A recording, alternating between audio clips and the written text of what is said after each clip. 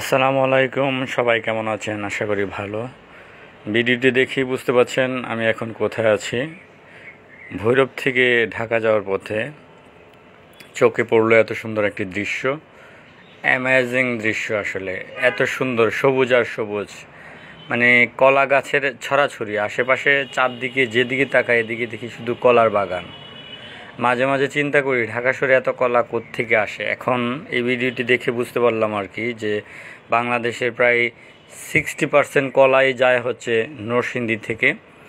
নরসিংদীর যেদিকেই তাকায়, ডানে বায়ে, পুকুরে, খালে বিলে, সব দিকেই, এমনকি ঝিলের ধারেও আপনার কলা গাছ আছে। মানে কলার জন্য বিখ্যাত। আর ম্যাক্সিমাম কলা গাছগুলো হচ্ছে সাগর কলা। তো এখানে সাগর কলাই বেশি উৎপন্ন হয়, অন্যান্য কলাও আছে, দেশি কলাও আছে, বাট সাগর কলা একটু বেশি দেখা যায়।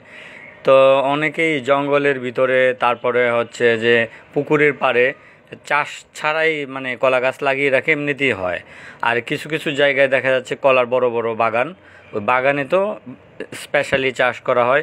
আর আপনারা জানেন বাংলাদেশের সবচেয়ে মজাদার কলা হচ্ছে নরসিংদীর কলা। নরসিংদীর কলা বাংলাদেশে বিখ্যাত। মোটামুটি সারা বাংলাদেশের সব জায়গায় নরসিংদীর কলা চাষের জন্য নরসিংদী সেরা। এর উপরে আমি আসলে আর কোনো জায়গায় দেখি না। বাংলাদেশের বিভিন্ন অঞ্চলে ঘুরেছি, বাট এত কলা গাছ আসলে অন্য কোনো জায়গায়, অন্য কোনো ডিস্ট্রিক্টে দেখি নাই। এক একটা ডিস্ট্রিক্ট এক একটা জিনিসের জন্য বিখ্যাত। তো নরসিংদী স্পেশালি আপনার কলা এবং শিল্পাঞ্চল, বিভিন্ন রকম ইন্ডাস্ট্রি এখানে অনেক।